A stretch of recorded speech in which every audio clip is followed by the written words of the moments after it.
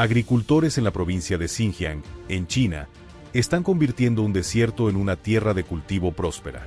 Nadie lo creyó cuando el país anunció que transportaría millones de peces vivos a uno de los lugares más áridos del planeta para criarlos allí.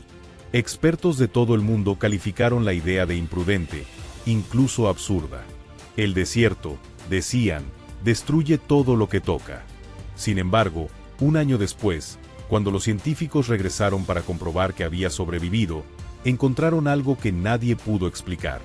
Lo que vieron en medio de la arena cambió por completo nuestra forma de entender dónde puede existir la vida. Era temporada de cosecha, pero no de maíz, calabazas o trigo. Era la cosecha de mariscos cultivados en pleno desierto.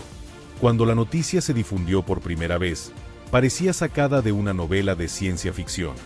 ¿Por qué un país con una de las flotas pesqueras más grandes del mundo movería la acuicultura lejos del océano? La respuesta se remonta a años atrás, cuando China comenzó a enfrentar una seria crisis de seguridad alimentaria.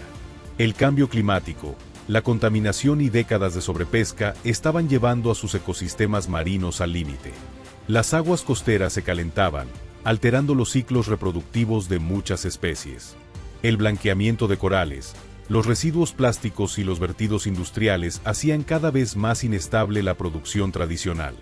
Al mismo tiempo, estudios internacionales advertían que la demanda global de mariscos se duplicaría en las siguientes décadas, mientras que las reservas naturales caerían drásticamente. Para China, el mayor consumidor de pescado del mundo, esta proyección era alarmante.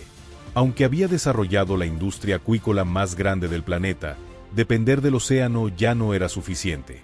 Tifones, mareas rojas y fenómenos extremos podían destruir granjas costeras en cuestión de horas. Los planificadores comenzaron a hacerse una pregunta incómoda: ¿cómo alimentar a más de 1.000 millones de personas si los océanos seguían volviéndose impredecibles?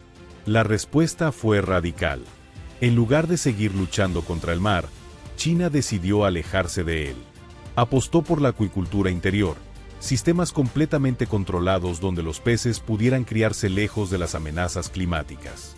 El objetivo era lograr soberanía alimentaria, reducir la dependencia de importaciones y protegerse de interrupciones globales.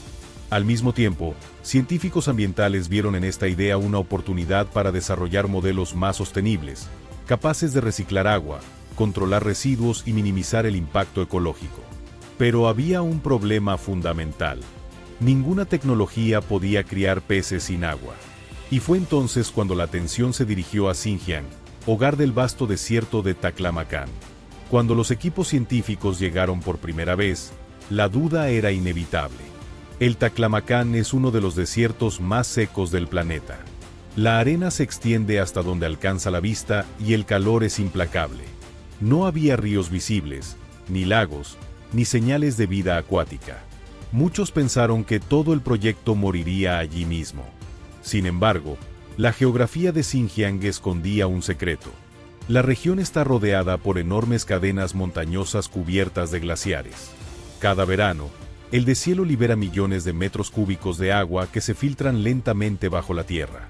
Durante miles de años, ese proceso creó acuíferos profundos bajo el desierto. En 2019, hidrólogos chinos comenzaron a detectar señales de humedad subterránea mediante estudios térmicos y muestras de suelo. Aunque los resultados eran irregulares, despertaron suficiente interés como para avanzar. Entre 2019 y 2023, la Academia China de Ciencias lanzó un programa de mapeo avanzado utilizando satélites y sensores de penetración terrestre. Los datos revelaron algo asombroso. Bajo la arena existían enormes reservas de agua conectadas directamente al deshielo glacial. Para confirmarlo, perforaron el terreno en puntos estratégicos. Cuando el agua brotó clara y fría, la teoría se convirtió en realidad. Las pruebas mostraron temperaturas ideales, alto contenido de oxígeno y una composición mineral estable. Era agua perfectamente capaz de sostener vida. Para muchos científicos, fue como descubrir un océano oculto bajo el desierto. También recordó a los antiguos sistemas CARES, túneles milenarios que transportaban agua desde las montañas hasta los oasis. La historia parecía repetirse, pero con tecnología moderna. Con el agua confirmada, comenzó el verdadero desafío: crear un ecosistema marino donde nunca había existido. En 2023, el gobierno aprobó el traslado de millones de alevines y semillas de moluscos desde criaderos costeros hasta sitios experimentales cerca de Aral y Tamchuk. Primero hubo que construir enormes estanques artificiales. El suelo del desierto no podía retener agua, así que se excavó y se selló con capas sintéticas reforzadas con arcilla y grava. Bombas controladas llevaban el agua subterránea a las cuencas, mientras sensores monitoreaban cada variable. Replicar el agua de mar fue uno de los mayores retos. Químicos desarrollaron una fórmula precisa, añadiendo minerales esenciales hasta igualar la salinidad oceánica. Cada ajuste requería pruebas constantes. Un pequeño error podía estresar a los organismos. Al mismo tiempo, microbiólogos introdujeron bacterias beneficiosas para estabilizar el ecosistema y descomponer residuos. Sin estos microorganismos, el agua se volvería tóxica rápidamente. El calor del desierto era otra amenaza. Durante el día, las temperaturas superaban los 38 grados. Para controlarlo, se instalaron estructuras de sombra y sistemas de enfriamiento por evaporación. Durante semanas, los científicos trabajaron sin descanso, vigilando pantallas día y noche. Finalmente, el equilibrio se alcanzó. El agua estaba lista. Cuando llegaron los primeros aviones cargados de peces vivos, el ambiente era tenso. Los contenedores se abrieron y los peces fueron liberados lentamente.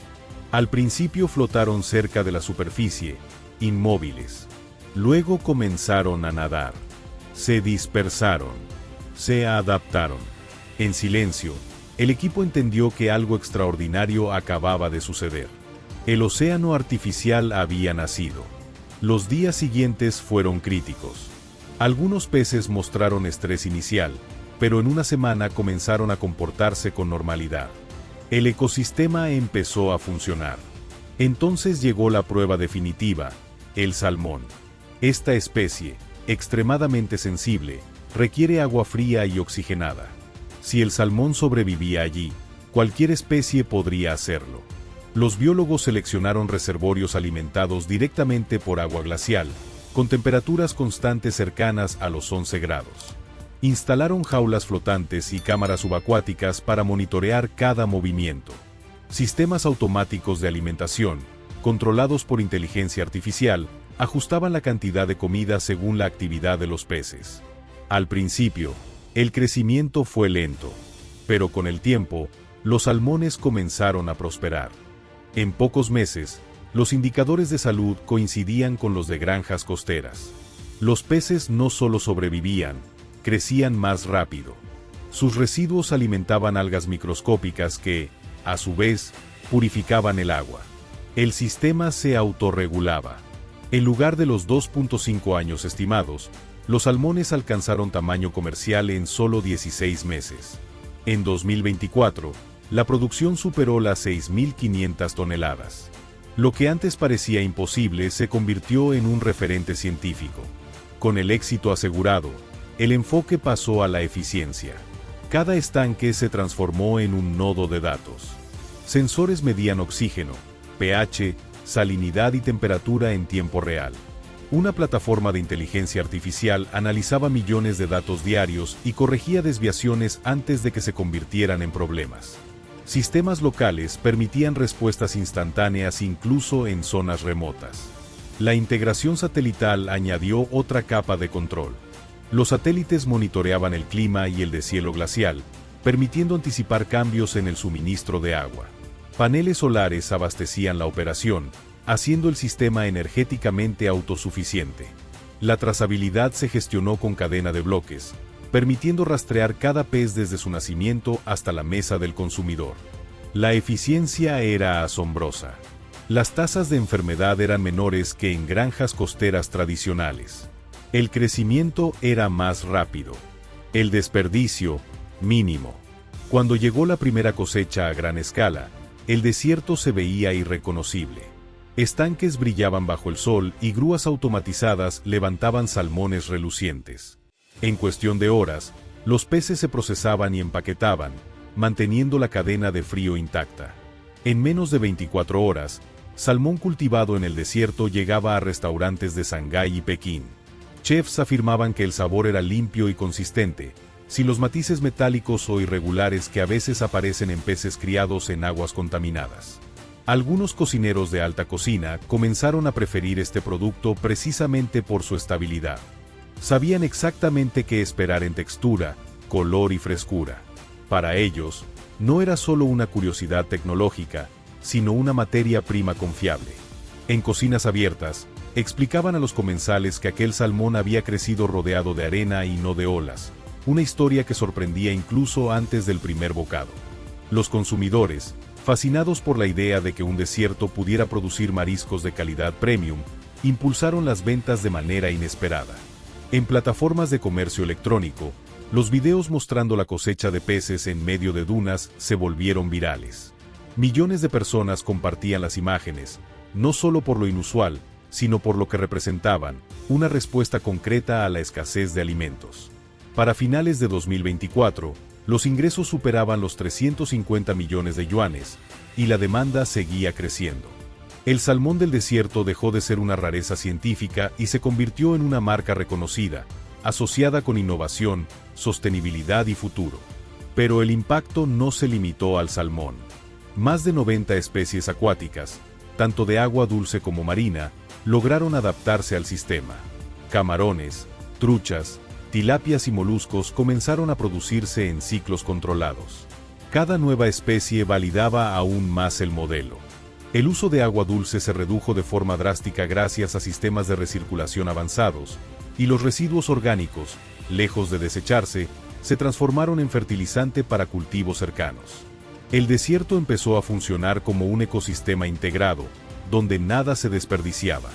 Este éxito llamó la atención fuera de China. Delegaciones internacionales comenzaron a visitar Xinjiang para estudiar el modelo de primera mano. Expertos de regiones afectadas por sequías, desde Medio Oriente hasta África del Norte, observaban con atención cada detalle. No veían solo granjas de peces, sino una posible hoja de ruta para su propio futuro. Organismos internacionales empezaron a referirse al proyecto como un punto de inflexión en la producción alimentaria global. Lo que antes fue ridiculizado como una idea absurda ahora se analizaba como una solución real para un mundo cada vez más seco. Un año atrás, nadie creyó que el desierto pudiera alimentar al mundo. Hoy, la pregunta ya no es si se puede cultivar vida en la arena, sino hasta dónde puede llegar la ciencia cuando se atreve a desafiar lo imposible.